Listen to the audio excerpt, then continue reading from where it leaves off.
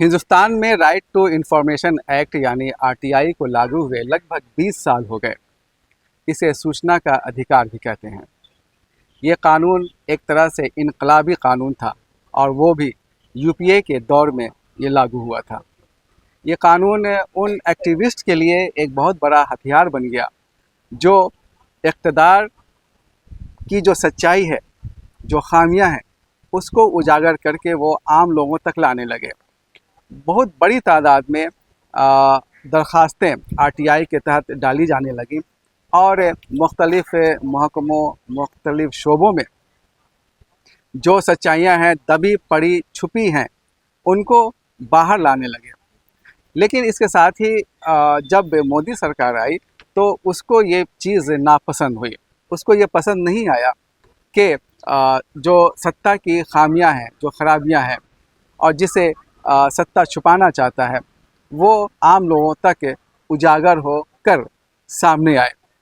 इसलिए इसको धीरे धीरे मोदी सरकार में एक तरह से इस कानून को भोथरा कर दिया गया। अब हालत ये है कि ये बहुत हद तक ये कानून निष्प्रभावी, बेअसर होकर रह गया है। इसी को देखते हुए बिहार विधान परिषद में बुधवार को आरजेडी के सीनियर लीडर अब्दुल बारी सिद्दीकी ने हुकूमत से एक सवाल पूछा। अपने सवाल में अब्दुल बारी सिद्दीकी ने पूछा कि क्या ये सही है कि सूचना का अधिकार को लोकतंत्र में नागरिकों का सबसे सशक्त औजार माना गया था, जिसका उद्देश्य सरकारी कामकाज को पारदर्शी बनाना, भ्रष्टाचार पर अंकुश लगाना और जनता को समयबद्ध सूचना देकर सत्ता को जवाबदेह बनाना था। लेकिन घोर आश्चर्य है कि वर्ष 2013 की अपीलें वर्ष 2026 में सुनवाई के लिए सूची पर आने वाली हैं। अब्दुल बारी सिद्दीकी ने दूसरा सवाल ये पूछा कि क्या ये सही है कि बिहार राज्य सूचना आयोग के योजना मद में प्रतिवर्ष 7 करोड़ और गैर योजना मद में 4 करोड़ रुपए खर्च होते हैं।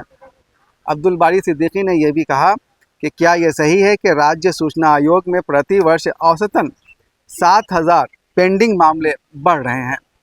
अब्दुल बारी सिद्दीकी ने जानना चाहा कि क्या सरकार दायर अपीलों पर समयबद्ध तरीके से निर्णय नहीं होने का कारण बताना चाहती है और आयोग की कार्यप्रणाली की समीक्षा कर ठोस कार्रवाई करना चाहती है। अगर हाँ तो कब तक? इस सवाल का जवाब सामान्य प्रशासन विभाग के मंत्री विजय कुमार चौधरी ने दिया। जैसा कि आप जानते हैं कि विजय कुमार चौधरी लच्छेदार बातों के लिए मशहूर हैं। उन्होंने क्या जवाब दिया, आइए उसको देखते हैं। तो माननीय सदस्य सिद्दीकी साहब का ये सवाल जो है ये मौजू भी है और इसमें कुछ हकीकत भी है जो इन्होंने प्रश्न में किया है। आधी हकीकत आधा फसाना स्वाभाविक है, जब सिद्दीकी जी हैं तो हकीकत के साथ फसाना जोड़ के अफसाना तो बना ही देंगे इसलिए महोदय, इसमें सिर्फ हम सिद्दीकी साहब को आश्वस्त करना चाहते हैं कि खैर जो इन्होंने कहा है कि 7,000 प्रतिवर्ष लंबित होते जा रहे हैं, ऐसी बात तो नहीं है। लेकिन ये भी बात सही है कि लंबित है, काफ़ी संख्या में लंबित है और हम लोग उसके शीघ्र निष्पादन की व्यवस्था कर रहे हैं। सूचना आयोग की फिर से नियुक्ति भी जो पद खाली है उस पर कर रहे हैं और हम समझते हैं महोदय कि बहुत जल्द इसमें स्थिति को अद्यतन कर देने का सरकार भरपूर प्रयास करेगी।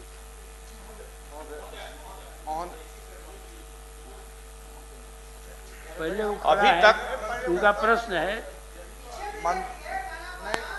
मंत्री जी को धन्यवाद कि इन्होंने उत्तर दिया है, मगर हम खाली इतना ही सिर्फ जानना चाहते हैं अपना कॉमन नॉलेज बढ़ाने के लिए कि अब हमने कहा था कि 7,000 पेंडिंग मामले हैं, तो आप तो सरकार में बता दीजिए कितना है।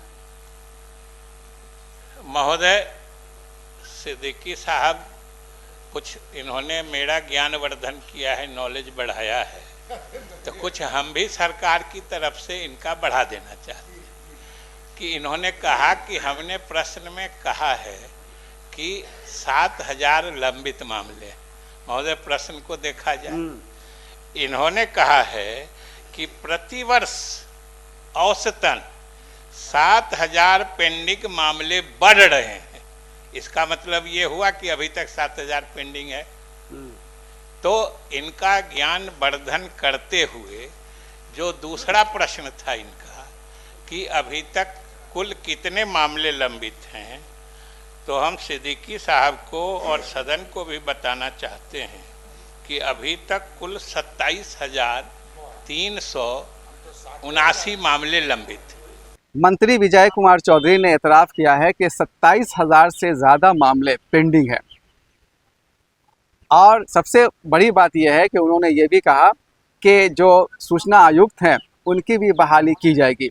ये कमाल की बात है कि बिहार राज्य सूचना आयोग जो है वो बिल्कुल ही सर्दमेहरी का शिकार है, निष्प्रभावी है।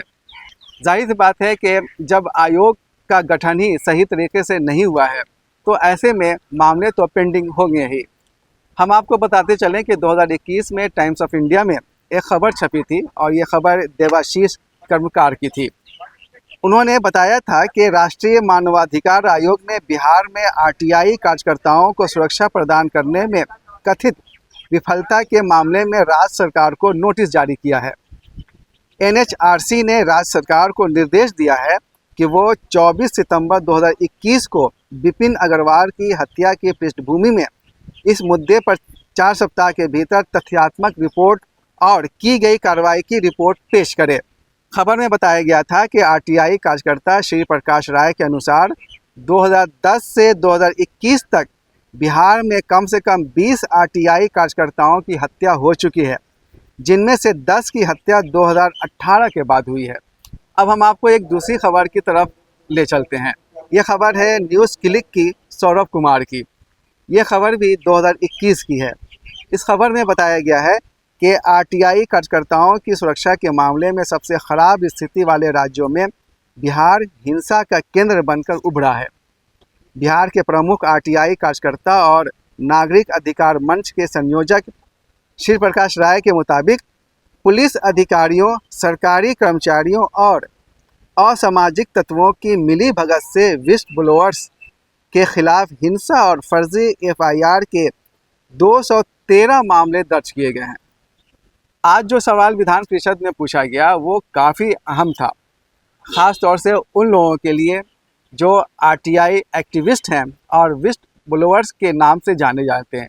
यानी कि वो सरकार की फाइलों में जो कुछ दबा हुआ है, जो सच्चाई छिपी हुई है और वो सरकार के भ्रष्टाचार को उजागर करती है वो फाइल, उसमें से सूचना निकाल करके लोगों को बताना और इसको खबर का हिस्सा बनाना, ये सब आरटीआई कार्यकर्ता करते हैं। लेकिन उन आरटीआई कार्यकर्ताओं को इन दिनों बेहद मायूसी हो रही है, जो आवेदन तो देते हैं लेकिन उनके आवेदन पर कई साल तक सुनवाई नहीं होती है। हम आपको एक बेहद दिलचस्प बात बताते चलें कि जिस बिहार विधान परिषद में ये सवाल उठाया गया, आरटीआई का सवाल उठाया गया, उसी बिहार विधान परिषद के सेक्रेटरीट ने आरटीआई का एक तरह से गला घोंट दिया है। ऐसे कई मामले हैं जिसमें आवेदक को ना तो सही ढंग से सूचना दी जाती है और ना ही वक्त पर सूचना दी जाती है। ऐसे में आरटीआई का क्या हश्र होगा, इस बात का अंदाज़ा लगाया जा सकता है। बिहार लोक संवाद के लिए मैं सैयद जावेद हसन, बिहार विधानमंडल परिसर, पटना।